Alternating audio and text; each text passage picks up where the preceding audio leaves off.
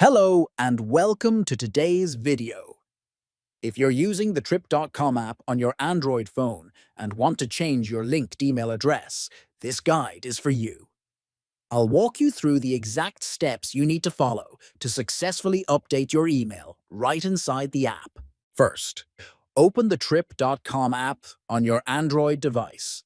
Make sure you're in the Account section. Next, tap the Settings icon at the top right corner of your screen. In the Settings menu, tap on Manage My Account. Tap on Linked Email. Now, click Send a Verification Code. Trip.com will send a verification code to your current email. Check your inbox, copy the code, and enter it back into the app. Then tap Continue.